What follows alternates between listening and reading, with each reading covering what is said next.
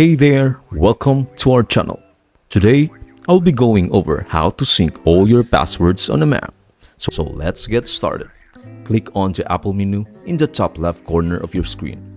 Then, select System Settings from the drop-down menu.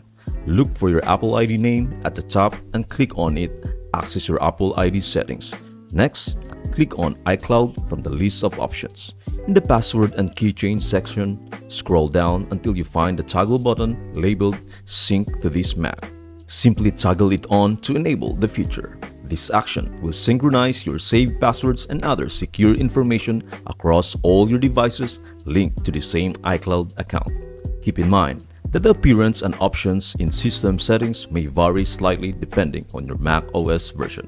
So always consult official Apple support documentation or reach out to Apple support for more specific guidance if needed. Taking these simple steps will ensure that your essential data remains securely accessible across your Apple devices. I hope this video helps you out and see you in the next video.